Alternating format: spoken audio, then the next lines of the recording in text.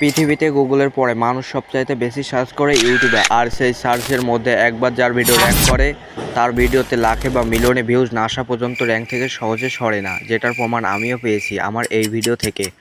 আর সার্চের মধ্যে তোমার ভিডিও র্যাঙ্ক করতে হলে অবশ্যই তোমাকে সঠিক নিয়মে এসইও করা লাগবে।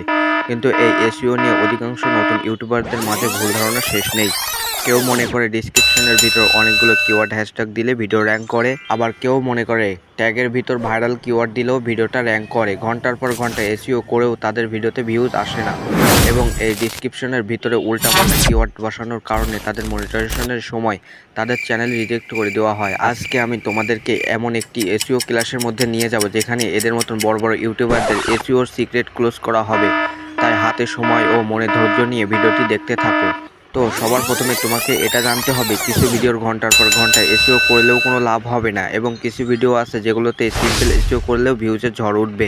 যেহেতু এই ভিডিওটা এসইওর, তাই আমি তোমাদেরকে আগে বোঝাবো ইউটিউব সার্চ ইঞ্জিন কীভাবে কাজ করে এবং কিওয়ার্ডের সঠিক ব্যবহার করে তোমাদেরকে এসইও শেখাবো। এরপর বলবো কোন ভিডিওতে এসইও করা উচিত আর কোন ভিডিওতে এসইও করা উচিত নয়। সো প্রপার এসইও করতে গেলে তোমার ভিডিওতে কি আছে এটা দর্শকদের বোঝানোর আগে ইউটিউবের অ্যালগোরিদমকে বোঝাতে হবে। এখন তুমি বলবে, আরে ভাই, ইউটিউবে ভিডিও সার্চ করবেও মানুষ, দেখবেও মানুষ, তবে আমরা অ্যালগোরিদমকে কেন বোঝাবো এবং সেটা কিভাবে বোঝাবো? কারণ এটা 2018 সাল নয় বা 2019, একটা সময় ছিল যখন ইউটিউবের অ্যালগোরিদম কিওয়ার্ডের ওপরে ভিত্তি করে ভিডিও র্যাঙ্ক করাতো। যে ভিডিওতে ডিসক্রিপশনে ও টাইটেলে যত বেশি কিওয়ার্ড থাকতো তত বেশি ভিডিও র্যাঙ্ক করাতো। কিন্তু এখন সেই ইউটিউবের অ্যালগোরিদম এতটাই আপডেট হয়ে গেছে যে সে তোমার ভিডিও দেখেই বলে দিতে পারবে তোমার ভিডিওতে কী বলা হয়েছে আর ডিসক্রিপশনের মধ্যে কী বলা হয়েছে, যেটাকে মেশিন লার্নিং বলা হয়, এবং এটা কী করে কাজ করে এবং কতটা স্মার্ট। এখন তুমি তোমার ভিডিওতে কি বলছো এবং টাইটেলে কি দিছো, এটার মধ্যে যদি অন্যরকম হয়ে থাকে, দুইটা আলাদা হয়ে থাকে, তবে তোমার ভিডিও কোনো সময়ই ভালো ভিউজ হবে না।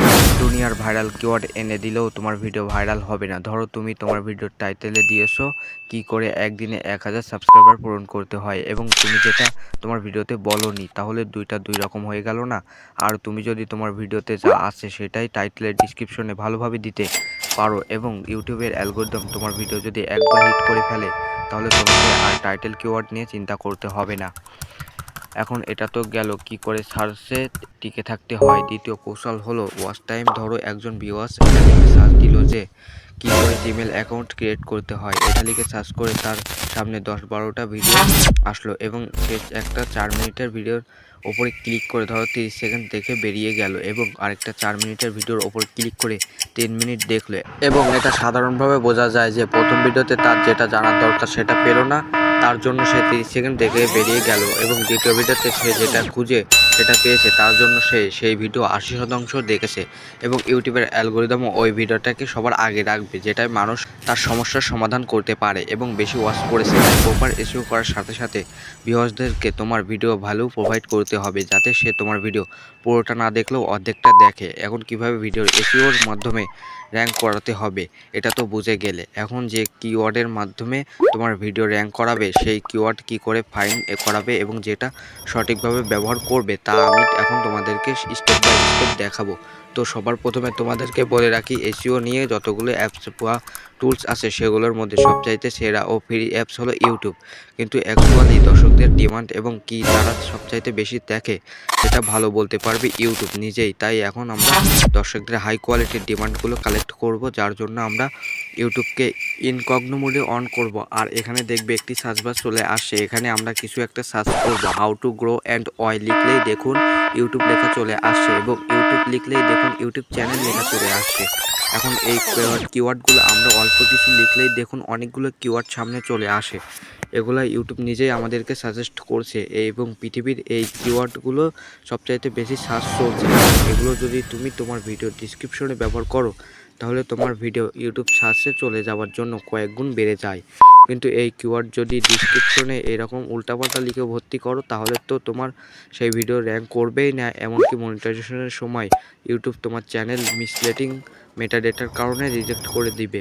তাই ডিসক্রিপশন একদম ফাঁকা রাখলেও হবে না, আবার অতিরিক্ত লিখে দিলেও হবে না। যতটুকু প্রয়োজন ততটুকু লিখতে হবে সঠিকভাবে। তো আমরা যেহেতু ফর এক্সাম্পল একটি ইউটিউব চ্যানেল গ্রো করতে হয় এই বিষয়ের ওপর ভিডিও তৈরি করব, তাই আমরা এখান থেকে how to grow on YouTube channel 2024 Bangla এই কিওয়ার্ডটি আমাদের টাইটেলে ব্যবহার করার চেষ্টা করব। তবে আমি তোমাকে বলবো টাইটেলে ব্যবহার না করা, কারণ এই টাইটেলগুলো ব্যবহার করলে তোমার ভিডিও আর ভিডিওর 8-10টার মাঝে থাকবে। তাই টাইটেলে ইউনিক কিছু লিখতে হবে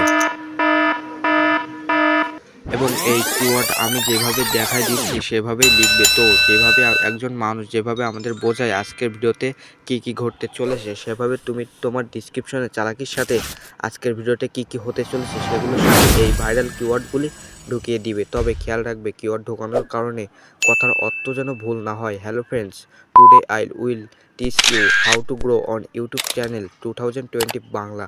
তো এরকমভাবে 5 থেকে 6টা বসানোর পর শেষে তুমি ইটিসি অর্থাৎ ইত্যাদি লিখে দিবা। ব্যাস হয়ে গেল তোমার ডিসক্রিপশন কিওয়ার্ড বসানো। তো এবার যেই 5 থেকে 6টা কিওয়ার্ড তুমি ডিসক্রিপশনে বসাইছিলে সেইগুলিকে কপি করে এভাবে সাজিয়ে নিবে। এরপরে প্রত্যেকটা কিওয়ার্ডের গুলোর মাঝখানে এমন কমা দিয়ে নিবে, তারপরে কপি করে দিবে এবং এই পোস্ট করে দিবে। ব্যাস হয়ে গেল আমাদের প্রপার এসইও।